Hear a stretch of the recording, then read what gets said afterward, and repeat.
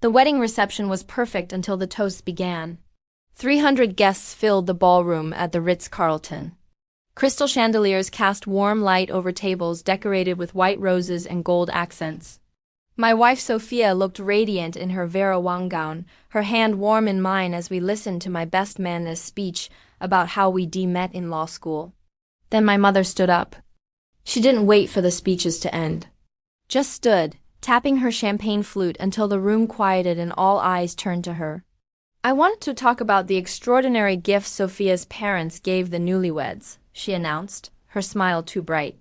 A villa in Tuscany. A 17th-century property worth approximately $2.3 million. An incredibly generous gift. Murmurs rippled through the crowd. Sophia's parents, Antonio and Isabella Moretti, exchanged concerned glances from their table. But I've been thinking about fairness, Mom continued. My daughter Jessica is also getting married next year. She won't receive anything close to this kind of gift. So it seems only right that the villa should go to Jessica instead. After all, Nathan was born to share. He's always been so good at it. The silence was absolute. My sister Jessica stood up beside Mom. Wearing the custom Marchesa dress, Mom had paid $12,000 for the same dress I'd been told was too expensive when I looked at tuxedos in that price range. Sharing is caring, Nate, she said with that familiar condescending smile. You get it. The photographer, a friend of Sophia's from Milan, had his camera up, capturing every moment. Later, I'd see the shot, the exact second Sophia opened her leather portfolio. Her expression perfectly calm, her eyes sharp as glass. She pulled out a document and stood gracefully. That's fascinating, Carol, Sophia said, her Italian accent making each word sound like music even as she delivered a knife strike. Because the villa isn't actually a gift to Nathan and me, my mother frowned. What? The villa belongs to a trust, Sophia continued. She'd switched into attorney mode, the version of her that had made partner at her firm by 32. The Moretti Family Irrevocable Trust. Established in 1987, Nathan and I have been granted lifetime residency rights, but we don't own it. My parents retain ownership. She pulled out another paper. This is the trust document. It specifies that the villa can never be sold, transferred, or gifted outside the Moretti family line. Any attempt to do so results in immediate forfeiture, with the property reverting to the trust beneficiaries, which currently includes my two brothers, my sister and their children. Antonio Moretti stood, his expression thunderous. He was a retired Italian judge, and when he spoke, people listened. Are you suggesting, Carol, that you have the authority to redistribute my family's property? I just thought, for fairness, my mother stammered. You thought you could steal a €2 million property from my daughter and son-in-law and give it to your other daughter, Antonio said flatly. That is not fairness. That is theft. Sophia wasn't done. She pulled out more documents from her portfolio. Nathan, did you know you have a trust fund? I stared at her. What? Your paternal grandfather established it in 1992, she said. Initial funding of $75,000. Current value, $462,000. You were supposed to be informed when you turned 21. That was 15 years ago. My mother's face went white. Your parents were named as trustees until you turned 25, Sophia continued. At that point, they were legally required to transfer full control to you. They didn't. Instead, she pulled out bank statements. They've been making withdrawals. $68,000 over the past 11 years. All of it transferred to accounts in Jessica's name. She held up the evidence. Your sister's influencer career, the photography equipment, $14,000. The studio space first year's rent, $36,000. The brand development consultant, $18,000. All funded by money stolen from Nathan's trust. Jessica's face turned bright red. That's not Mom said that was her money. It wasn't, Sophia said. It was Nathan's. Your mother committed fraud and embezzlement to fund your lifestyle. My father stood abruptly. This is a private family matter. You have no right. I have every right, Sophia said. I'm a trusts and estates attorney. When Nathan and I got engaged, I helped him organize his financial documents. That's when we discovered the trust. I've spent the last 6 months documenting every illegal withdrawal. Every forged signature, every fraudulent authorization. She pulled out another document. This is a demand letter prepared by my colleague at the firm. Your parents owe Nathan $462,000, the full current value of the trust, plus the $68,000 they stole, with interest at 6% compounded annually. That's an additional $24,700. Total, $554,700. The guests were completely silent now. Watching like this was theater instead of a wedding reception. You have 30 days to pay, Sophia continued. If you fail, we file criminal charges for fraud, embezzlement, and forgery. I've already consulted with the district attorney's office. They're very interested. My mother was crying now. Nathan, please, we're your parents. We made mistakes, but... Mistakes? I said quietly. It was the first time I'd spoken since Mom's announcement. You stole from me for 11 years. You gaslit me my entire life into thinking I was selfish for wanting anything. And tonight, at my wedding, you tried to steal a $2 million property that doesn't even belong to me. I stood, and Sophia stood with me. Here's what happens now, I said. You're going to leave our reception, right now. Then you're going to pay back every penny you stole. If you're even one day late, Sophia files criminal charges. The DA already has the evidence. We don't have that kind of money, my father said desperately. Then you'll sell assets, Sophia said. Your house is worth $680,000. You can downsize. Or you can face prosecution for multiple felonies. Antonio Moretti stepped forward. I also want to address something. Carol, you called my daughter 3 weeks ago. My mother's eyes widened. You suggested that since Nathan probably would unappreciate the villa, your words, we should deed it to Jessica instead, Antonio continued. You said Nathan was too practical and Jessica would really value it. He pulled out his own phone and played a recording. My mother's voice came through clearly. Antonio, I'm calling because I think there's a better use for the villa. Nathan's wonderful, but he's always been so practical and unromantic. Jessica, though, she has dreams. She'd treasure a property in Tuscany. She'd actually use it, create content there. It would be wasted on Nathan and Sophia. The recording stopped. A silence was crushing. I recorded this conversation because I did not trust you, Antonio said. I was correct not to trust you. You attempted to manipulate me into giving my family's property to a stranger. That shows extraordinary arrogance and entitlement. Isabella Moretti stood beside her husband. Her English was accented but perfect. In Italy, we have a saying, La famiglia è sacra, family is sacred. But you, Carol, you do not treat family as sacred. You treat your son as a resource, something to use. She looked at me and her expression softened. Nathan, you are my son now. You are Moretti family. And we protect our own. My mother grabbed for her purse. This is insane. You're all overreacting. We have video evidence, Sophia said. She nodded to the photographer, who stepped forward. I've been recording since Mrs. Bennet started her speech, he said in Italian accented English. I have the entire conversation. Her announcement about taking the villa, Jessica's agreement, everything. Sophia looked at my parents. That's evidence of conspiracy to commit fraud. Attempted theft. I'm adding it to the case file. My father's hands were shaking. Nathan, please. We're your parents. You threw away your right to that defense when you stole from me for 11 years, I said. When you called Sophia's parents trying to steal their property. When you stood up at my wedding reception and tried to give away something that was never yours to give, I pulled my phone from my pocket. You have 60 seconds to leave before I call security. They left. My mother was sobbing so hard she could barely walk.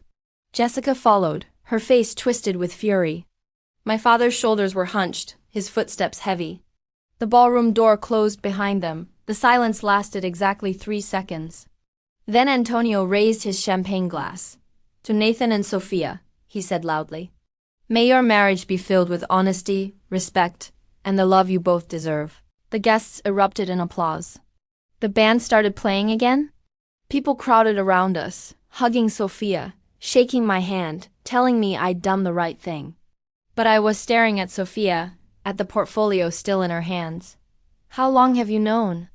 I asked quietly. About the trust? 6 months, she said. Your mother called my parents about the villa 8 weeks ago. That's when I knew we needed to be ready. Why didn't you tell me? Because I knew you'd try to handle it privately, she said gently. You'd try to talk to them, give them chances, let them explain. I needed you to see what they are in public, in front of people who love you and would validate that you're not wrong. She was right. If she'd told me privately, I would have made excuses for them. I would have doubted myself. Thank you, I whispered. She kissed me. Always. 30 days later, my phone pinged with a bank notification. Wire transfer received. $554,700. We were in Tuscany, actually, spending our honeymoon at the villa. It was even more beautiful than the photos, rolling hills covered in vineyards, stone walls warm in the afternoon sun, rooms filled with centuries of history. Sophia was on the terrace, reading a book. I showed her the notification. On time and in full, she said. Good. What did they sell? Their house, according to my investigator. They got $670,000 for it. After paying off the mortgage and the restitution, they have about $85,000 left. Where are they living? 2-bedroom apartment in a cheaper suburb, she said. Your brother told my sister they've been talking. I hadn't spoken to my brother Ryan since the wedding. He'd called once, leaving a voicemail about how I was destroying the family over money. I deleted it without responding. Do you feel guilty? Sophia asked. No, I said. And I meant it. They stole from me for over a decade. They tried to steal from your family. They faced consequences. That's justice, not cruelty. She smiled and went back to her book. I stood on the terrace, looking out over the Tuscan countryside, and felt nothing but peace. 6 months after the wedding, my mother sent a letter. It came through Sophia's law firm, in compliance with the cease and desist order we'd filed. Nathan, I'm writing because I need you to know something. What we did was wrong. All of it. The trust fund, trying to take the villa, the years of treating Jessica better than you. I don't expect forgiveness. I just wanted you to know that I understand now. We were wrong. Your father and I are in therapy. We're trying to understand why we did what we did. The therapist says we saw you as the capable one and Jessica as the one who needed help. We thought that justified everything. It didn't. I'm sorry. Mom, I read it twice, then filed it in a folder marked Bennett case closed, and didn't respond. Sophia found me an hour later staring at the folder. You okay? Yeah, I said. She apologized. Kind of. Do you want to respond? I thought about it, really thought about it. No, I said. An apology doesn't erase 11 years of theft and a lifetime of favoritism. It's a start, but it's not enough to rebuild a relationship. Fair, she said. The cease and desist order stayed in place. A year after the wedding, Jessica got married. My brother called, not me directly, but through Sophia's firm. Mom wants to know if Nathan will come to Jessica's wedding. Sophia relayed the message. I was in our home office, reviewing documents for the nonprofit foundation we were establishing with part of the trust fund money. No, I said without hesitation. Are you sure? Sophia asked. It might be a chance to what? Watch my parents fawn over Jessica while pretending they didn't steal from me? Watch Jessica play victim about losing money that was never hers. I shook my head. No, I'm done with that family dynamic. I didn't go to the wedding, didn't send a gift. Didn't acknowledge it at all. Ryan called me directly afterwards, screaming about how I'd ruined Jessica's day by not being there. I hung up on him and blocked his number. 2 years after the wedding, Sophia and I were having dinner at our favorite restaurant when she asked me something she never asked before. Do you miss them? Your parents? I thought about it honestly. Thought about holidays that were quieter now, family photos that would never include them again, the hole where they'd been in my life. No, I said. I miss the parents I thought I had. The ones who loved me as much as they loved Jessica. But those parents never existed. What I actually had were people who saw me as a resource and my sister as a treasure. I don't miss that. Good, she said. We finished dinner and went home to the house we bought with part of the trust fund money, a beautiful colonial with a view of the harbor, filled with art and books and evidence of a life built on honesty and mutual respect. 3 years after the wedding, my father had a stroke. Ryan called through Sophia's firm again. Dad's in the hospital. He's asking for Nathan, Sophia relayed the message. I was in Tuscany again, actually, spending a month working remotely from the villa while Sophia handled a case for a client in Rome. Tell Ryan no, I said. You're sure? Sophia asked. This might be your last chance to talk to him. What would I say? I asked. That I forgive him for stealing from me? That I understand why he did it. That I want a relationship with him. Okay, she said simply. My father recovered from the stroke. I never visited. Never called. 5 years after the wedding, I got an email from Jessica.